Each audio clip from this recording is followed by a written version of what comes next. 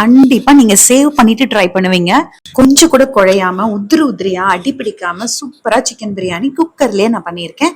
1/2 kilo சிக்கன்ல 3 பேருக்கான அளவு சொல்றேங்க. இன்னைக்கு 2 டம்ளர் அளவுக்கு சீரக சம்பா 170 கிராம்ஸ் டம்ளர்ல 2 டம்ளர் எடுத்திருக்கேன். 1/2 மணி நேரம் ஊற வச்சுக்கலாம். இதை ஊற வச்சுட்டு மத்த வேலைகள் செய்ய ஆரம்பிச்சோம்னா கரெக்டா இருக்கும். சிக்கன் பாத்தீங்கன்னா 1/2 கிலோ கழுவி எடுத்து வச்சிருக்கேன்.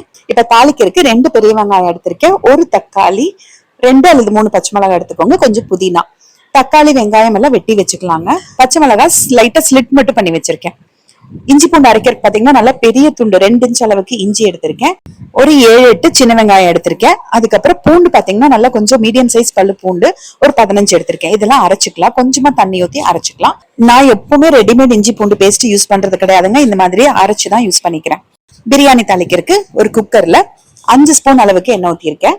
பிரியாணி எல்லாம் அன்னாசி மொக்கு ஸ்டார் எல்லாமே இருந்தா சேர்த்துக்கோங்க, இல்லைன்னா பிரச்சனை கிடையாதுங்க. பச்சை மிளகாவும் பெரிய வெங்காயமும் போட்டுட்டு வதக்கிக்கலாம் ஃபர்ஸ்ட்.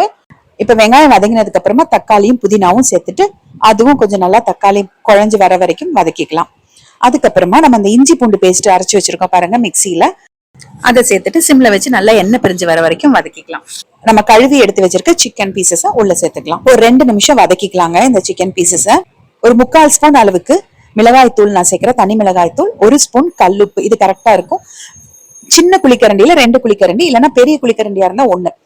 தயிர் சேர்த்துக்கலாம். தயிர் சேர்த்தா சிக்கன் கொஞ்சம் சாஃப்டா வேகுதுங்க. அதனாலதான் நான் முன்னாடியில தயிர் சேர்க்க மாட்டேன், ஆனா இப்ப தயிர் சேர்க்கிறேன்.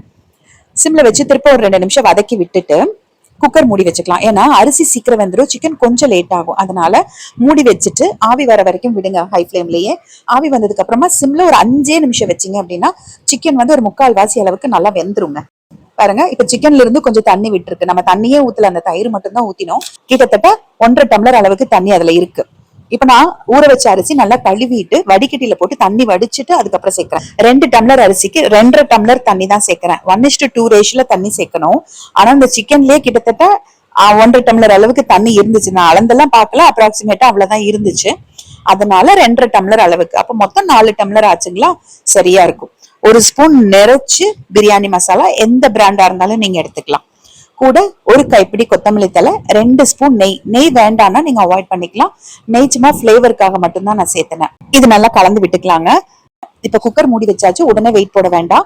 ஹை ஃபிளேம்ல வச்சுக்கோங்க. நல்லா ஃபோர்ஸா ஆவி வரட்டும். ஆவி வந்ததுக்கு அப்புறமா வெயிட் போட்டுட்டு கம்ப்ளீட்டா சிம் பண்ணிட்டு கரெக்டா 10 நிமிஷம் டைமர் வச்சு ஆஃப் பண்ணிக்கோங்க. ஆஃப் பண்ணிட்டு ஒரு 10 நிமிஷம் விட்டுருங்க. ஆவி இறங்கினதுக்கு அப்புறமா ஓபன் பண்ணி பாத்தீங்க அப்படின்னா சூப்பரா பிரியாணி ரெடி ஆயிருங்க. லைட்டா கலந்து விட்டுட்டு தயிர் பச்சடி வச்சு சுட சுட சர்வ் பண்ணுங்க. செம்ம டேஸ்டான பிரியாணி ரெடி ஆயிடுச்சு.